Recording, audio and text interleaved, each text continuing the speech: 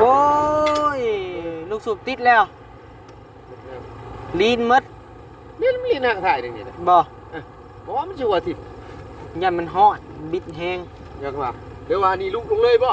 ว้าวนี่ลูกลง อันยังรู้บ่รู้รับโชคนี่ แต่โอ้ยปะยกกับเบิ่งเฮาขึ้นเอง ว่านี่คือมารถโหนิ้วนี่ โดยว่านี่ก็รถเบาตูนกับรถจานพี่น้องไงมานลีโอ้ยบัดนี้เลยเนาะสิบ่มีรถเที่ยวเวียกเที่ยวงานพี่น้องเอ้ย จำเป็นต้องนอนแล้วเหรอวะ จำเป็นต้องนอนละบาดนี้ ปล่อยลงพอ โอ้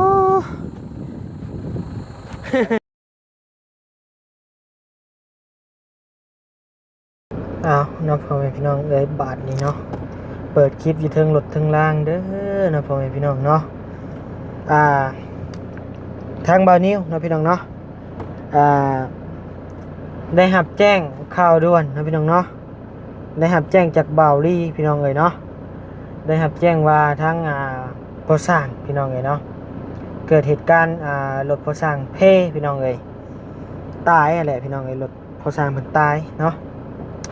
ก็เลยว่างานด่วนน้อยนึงพี่น้องเอ้ยเนาะกำลังว่าดีแหละทางโดยเกิดงานด่วนพี่น้องเอ้ยเนาะบ่าวลี่โทรมาใส่บ่าวนิ้วเมื่อกี้นี่ว่าเอ้าไปเบิ่งทางพอสร้างแน่ว่าซั่นรถพอสร้างเพิ่นตายว่าซั่น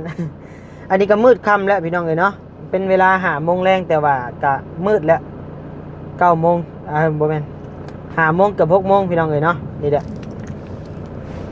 พี่น้องเอ้ย5 โมงกับ43 นาทีพี่น้องเอ้ยเนาะทางบ่าวนิวก็สิแล่นไปหา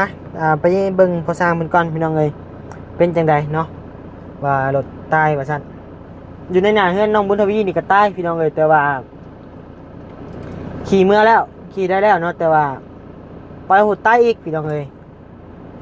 จะชื่อว่าจังไดพี่น้องเอ้ยเนาะไปรอเบิ่งรอชมไปทำการนะพี่น้องเนาะก่อนอื่นก็ขอกราบทักทายสบายดีพ่อแม่พี่น้องเด้อน้องทุกคนบ่ว่าสิอยู่ฝั่งลาวฝั่งไทยและก็ต่างประเทศเด้อพี่น้องเด้อเนาะโดยทั้งบ่แล้วได้รับมันเฮ็ดด่วนบ่ยาวเอ้ย จะมาบอทองมีโทรมาที่นี่นะเป็นปะเดี๋ยวกัน ยันแม่นอยู่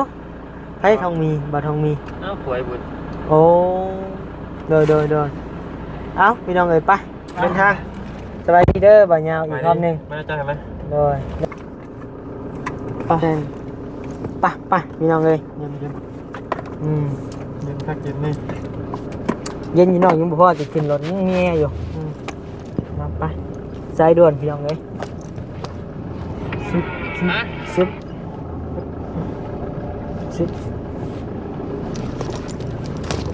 เดี๋ยวยังใช่นะ ได้ทั้งเข่าอันเจลามองว่าซั่น เจละมอง โดย มาได้เท่าไหร่ โอเคไปพี่น้องเอ้ยบาทนี่ใช่นี่ก็รถโปรเทคตึ้งบ่นี่ ใช่ว่าไหนนอเห็นจะโทรมา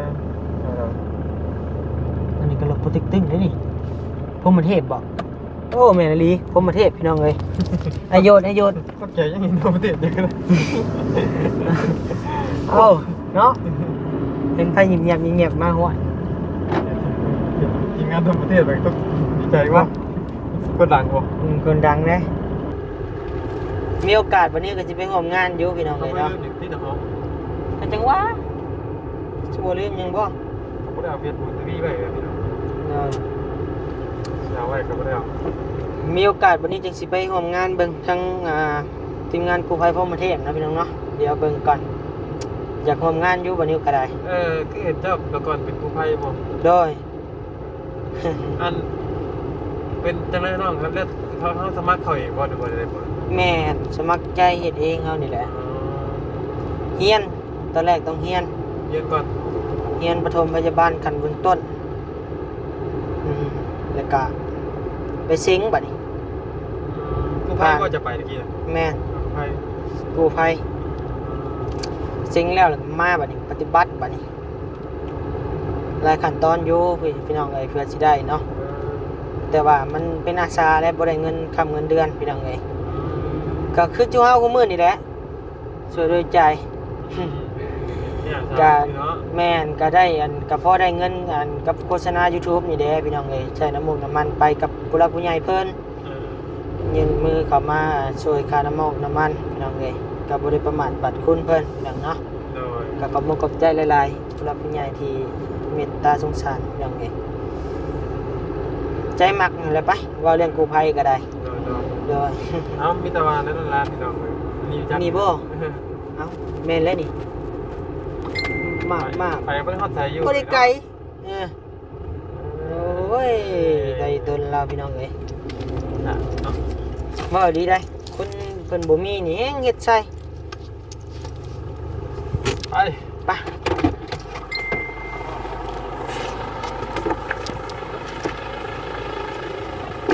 เรียบร้อยบ่ฮะ ติดประเด็นเลยติดมันกรอกเนี่ยนะ ใส่ลองติดมึงดูน่ะ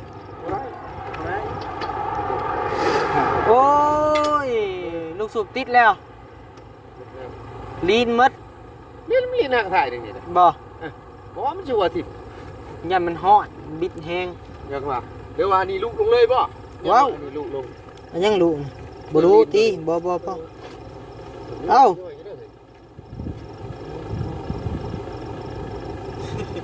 โอ้ยพี่น้องเอ้ย ที่ห้าเดี๋ยวก็ข้ามบับแล้ว มันเฮ็ดคือว่าเรียนบ่อนนี่ติ มีแต่เอาสิรถพระจิตโยหันอย่างนั้นขี่รถโดยสารเมื่อเอาเครื่องมานอนเลย มาเฮ็ดเวียกกับขี่โดยสารมาเลย เดี๋ยว เอาเครื่องมานอนแล้ว เอาเครื่องมานอนเอาบ่ แล้วพุ่นเลยอันว่าลูกขึ้นมากอะมีแต่ขี่น้ำลูกนั่นแหละป้าไว้อยู่พุ่นละ คะแนนแป้งนี่ก็ห่วยพี่น้องเอ้ย ทางว่ากัน รอเบิ่งเนาะมีแต่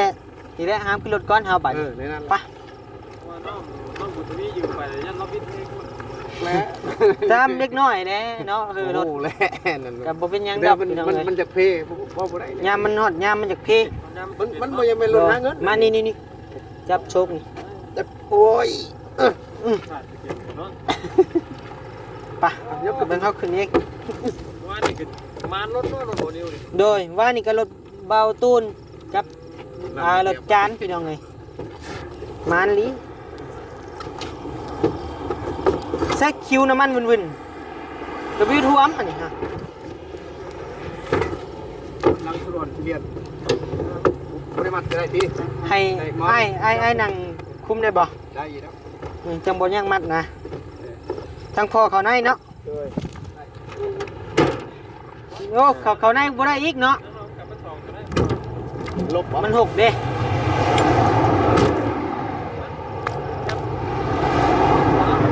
ดีได้พี่น้องไอ้รถบ่นิ้วเข้านางบ่ได้นี่ฮะ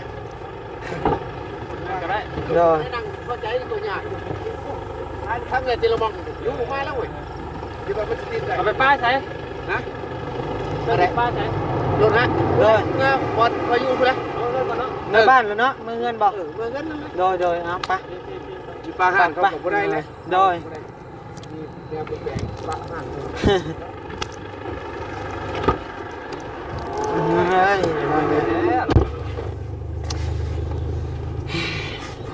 ขาดเป็นสิเสียเงินพี่น้องเอ้ย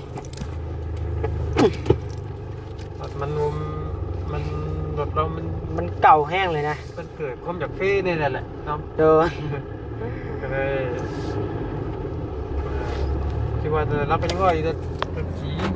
รถจีนรถมาเลมันรถเนาะมันเป็นอะไรก็เป็นแล้วนี่ อืมมันเก่าแล้วพี่น้องเลยเนาะการมันสิเป็นมันสิตาย มันเป็นเนาะจังว่าขี่ไปอันน้องคนมันน้ำมันเบิดเนี่ยพี่โมเมนต์ อย่าเป็นแนวนี้เนาะ ฝนตกโอ้ย คนหยิบได้นี่ได้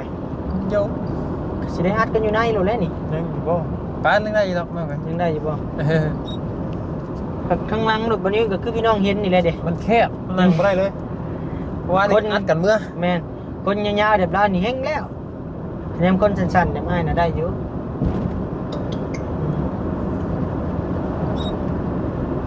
ได้ดอก ได้อยู่บ่ได้แห้งปานใด บ่มันกายเลยนะคันนี้นะเขาขี่นะมันกายเลย ก็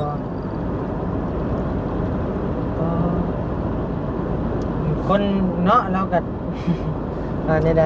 ๆบ่มีเงินแล้วยังรถเพอยู่ ได้ตกตะแรงซ้ำนะ ซัมบานิวตะกี้ซื้อพี่น้องไงจนจอดป้าไว้รถบานิวก็ได้ จนไปกับบาลี่ช่วงหนึงพี่น้องไงบานิวก็ได้ใช่นี่คือมั่วเด้แวนรถก็ได้ เกิดกับมือ นี่เนี่ยบ่เว้นตา นี่แต่ว่าพูดว่าเมื่อ ไปแล้วก่อนเงินรถชาติแล้วก่อน เจอกันเงินอยู่เนาะ ดอย ครับ พี่น้องเอ้ย ไป ป้าต่อขนาดว่าขี่รถใหญ่มาได้นี่พี่น้องเอ้ยเนาะบัดนี้มันน้ำขึ้นรถเนาะก็ยังมืด โอ้ย ก็ยังมืดค่ำพี่น้องเอ้ยแต่เงินพอมันจะขี่รถจักรค่อยๆมานะพี่น้องเอ้ยแห้งมืดกว่านี้ หาก็6 โมง อาจแต่6 โมง 6 โมง 4 นาทีแต่ว่ายามนี้มืดไวขนาดพี่น้อง 3 8 9 โมงเด้อ แม่นสาม8สาม7 โมงไปสาม7 โมงยามมันธรรมดาพี่น้องเอ้ยยามฮ้อนเนาะยามฮ้อนหรือว่านั่งค่ำหน่อยเนาะ ย้ำนำนะ ยามดำนาเนาะนั่งค่ ย้ำนำนะ ำยามเกี่ยวข้าวหรือว่า ย้ำนำหน้านี่7 โมงหรือว่าทุ่มหนึ่งยัง แจ้ง นำหน้าอยู่ลกกาอยู่อะนำหน้าลกกาไทยหน้าตดทนอยู่ทำนี่ เดี๋ยว มันยังพันได้มืด ทำใบยาวกะอากาศเปลี่ยนดูดจอดๆเลยบ่นะกะ หืม เป็นหวัดเลยบ่จ้ะ อืมเนี่ยมันแหละ อากาศเปลี่ยนพี่น้องเลยเอาแต่เนี้ยมันสิเป็นแล้วเนาะ เชียร์จักมีแห้งนักทำไม บ่ว่าดอกมือนี่ซ่าเบิดแล้ว จักมือจักปากจักหนาแล้ว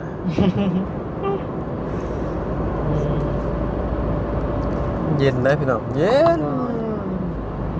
สิฮอดแล้วบ่เงินเราให้ยังบ่ ยั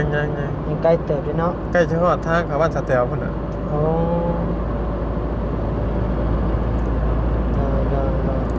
เอาพุ่นแหละเนาะพี่น้องเนาะไปพบไปพ้อกันอยู่พุ่นแหละ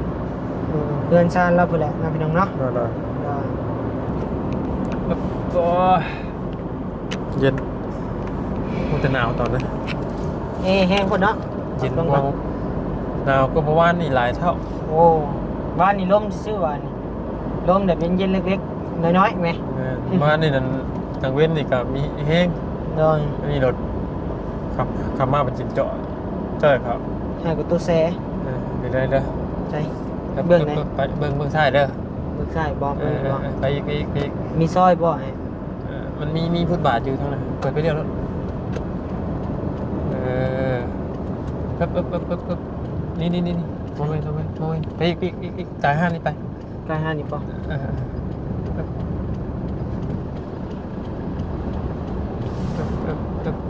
จ่ายปีกก็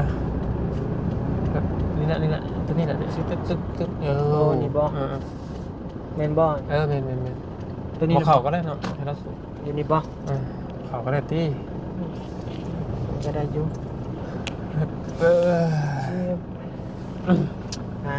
ฮอดแล้วพี่น้องเอ้ยมาเดี๋ยวเฮาจับก็ได้ เดี๋ยวว่า ขอบใจหลายๆให้ยาววันจับกล้องให้บัดนี้ก็ได้เนาะ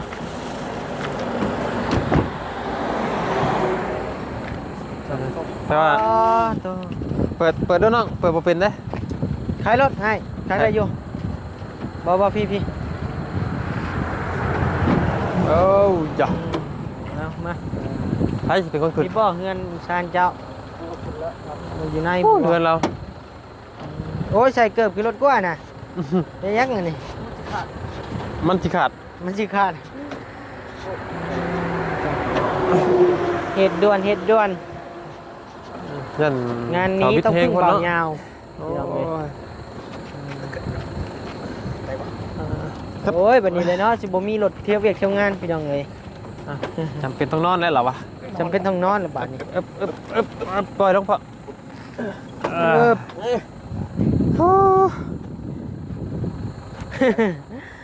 ได้บัตรนี่จุ้งเขาป่ะ เอาพี่น้องเอ้ย ค่าแป้งอีกกับหมูอ้ายบ่ต่ำแล้ว 2,000 เนาะ บ่ฮอดบ่ เอาแล้วเช่าถ่ายลินรถจะควันแล้วเขาบอก600,000เขาว่าก้อนก่อน บ่เพิ่นทุ อาจจะเป็นลิ้นเช้านี่บ่นี่ฮะ เตียลินเรียบร้อยเลยครับ เพิ่นท่วง เพิ่ เพิ่ น น ท่วงแล้ว เพิ่นท่วงแล้วเนาะ ทางแวนบ้านนี้นะคอย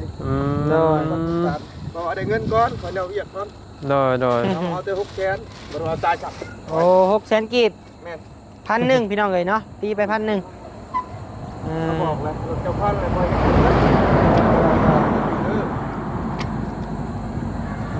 ไป ใช่น่ะคือบ่ไป ไปใส่ถึงว่ากันแล้วพอเด้อ โชคเด้อพอเด้อ โดย โดยเอาเนาะพี่น้องเนาะบัดนี้บรรยากาศสิได้เดินทางกลับแล้วบัดนี้พี่น้องเอ้ยไปกลับบ้านกลับซองก่อนพี่น้องเอ้ยมืดค่ำแล้วเดี๋ยวอัดเอาไง ฮะ มันต้องสแกนลายนิ้วมือได้หรอ สิบ่ เปิดน่ะบ่เป็นหยังบ่ หรือว่าสิบ่ ลายนิ้วมือได้ นั่นนี่เอาบ่แม่นเอานิ้วเลย เอาพี่น้องเอ้ยเนาะโดยบัดนี้กับบ่มีหยังไรพี่น้องเอ้ยเหตุงานเฮ้ยว่าผิดว่าถูกแล้วบัดนี้ งานด่วนพี่น้องเอ้ยบริแจ้งมาเนาะว่ารถช่างพอสร้างเพิ่นเพว่าซั่นเดี๋ยวให้บ่นิวไปหามขึ้นรถแน่ว่าซั่นไปส่งเราอยู่เฮือนอยู่ซ่านเนาะพี่น้องเนาะเอาเฮาก็มาส่งเฮือนถึงซ่านแล้วเรียบร้อยพี่น้องเอ้ยบัดนี้บ่นิวบ่ยาวก็สิได้เดินทางกลับเมื่อบ้านเมื่อซ่องก่อนพี่น้องเอ้ยเนาะ โดย บัดนี้ก็บ่มีคำว่าหยังไรนอกจากคำว่าสบายดีโดย นี่